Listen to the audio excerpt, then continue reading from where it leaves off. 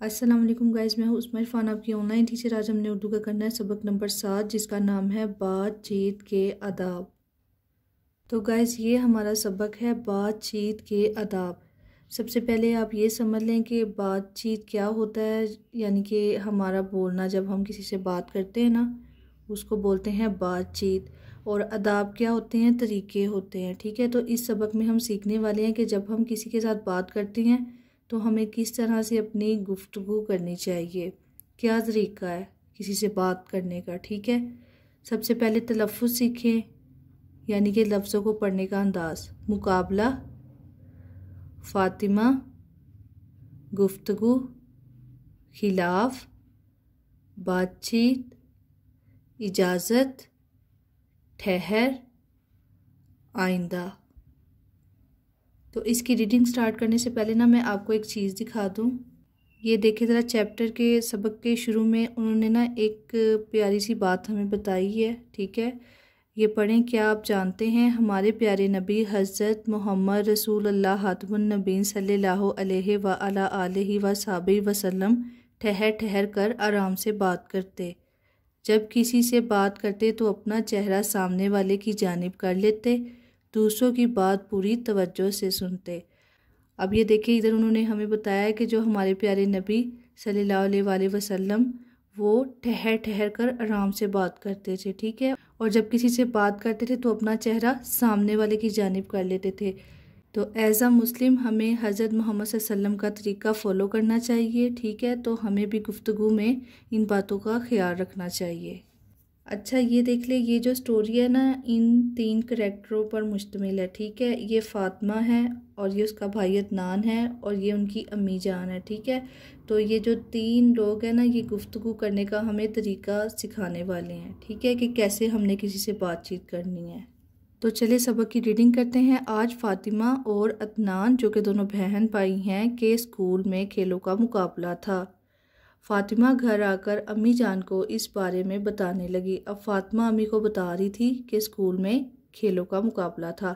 अभी फ़ातिमा ने बात शुरू ही की थी कि अदनान बोल पड़ा, अम्मी जान, मेरे दोस्तों ने भी इस मुकाबले में हिस्सा लिया। अब फ़ातिमा जो है वो अपनी अम्मी को बता रही थी, तो अदनान ने क्या किया कि बीच में बोल पड़ा। ठीक है, अपनी बात बताना शुरू कर दी उसने। अम्मी जान ने अदनान को समझाया, बेटा किसी की बात नहीं काटते।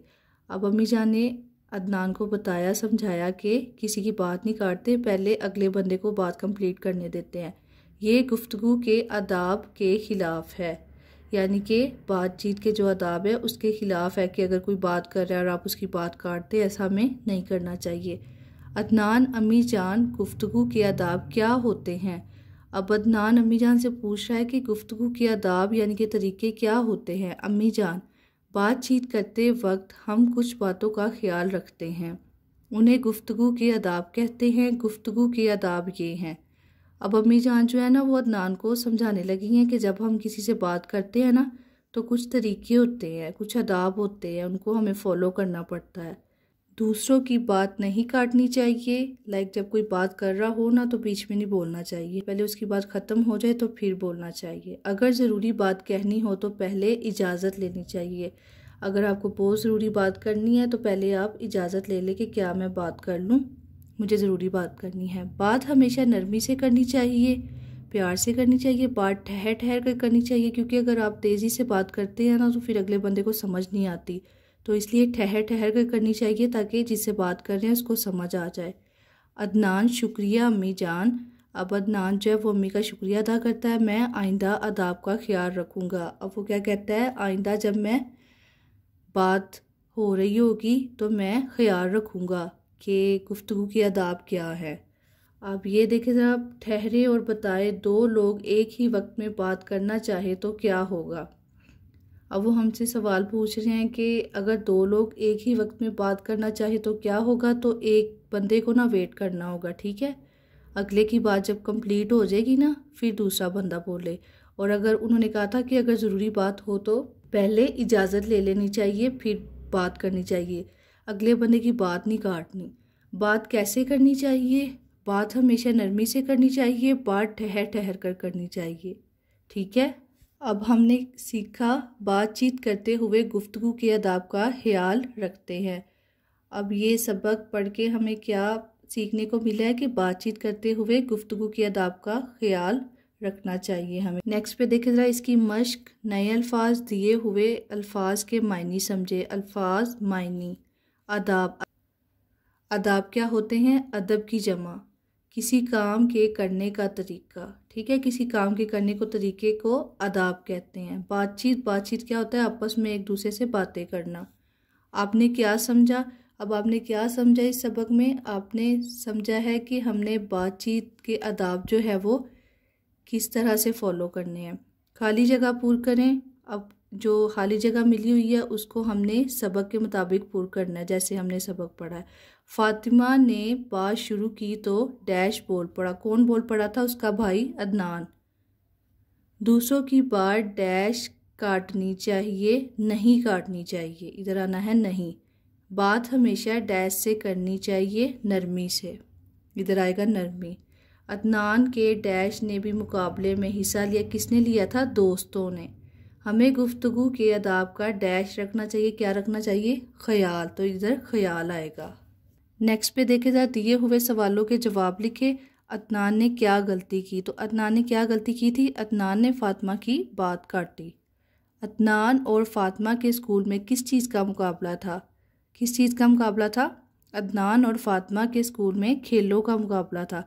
अगर ज़रूरी बात कहनी हो तो क्या करना चाहिए? अगर ज़रूरी बात कहनी हो तो पहले इजाज़त लेनी चाहिए। ठीक है। नेक्स्ट पे देखिए ज़रा मिलकर बात करें। आपको कुदरती मनाज़र में से कौन सा मंज़र पसंद है? वजह बताएं। तो आप कोई सा भी मंज़र बता सकते हैं। ठीक है, तो मुझे कुदरती मनाज़र में वादियाँ पसंद है। मैंने वादियाँ लिख दिया है क्योंकि वादियाँ सरसब्ज होती हैं। आप पहाड़ भी लिख सकते हैं, बादल भी लिख सकते हैं, यानी कि कुदरत का कोई सा भी मंज़र आप लिख सकते हैं जो आपको पसंद है, और आगे आपने वजह बतानी है कि क्यों पसंद है।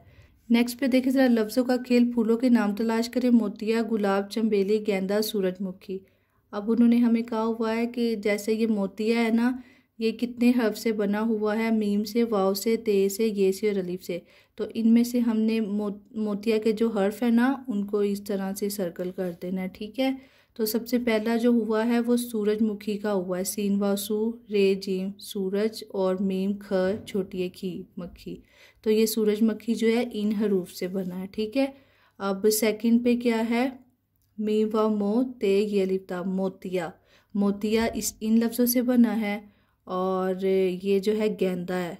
काफ बड़िए नून दाल लिपता गेंदा। और लास्ट पे जो है ये चंबेली के हरूफ हैं। इन लफ्ज़ों से चंबेली तैयार हुआ है।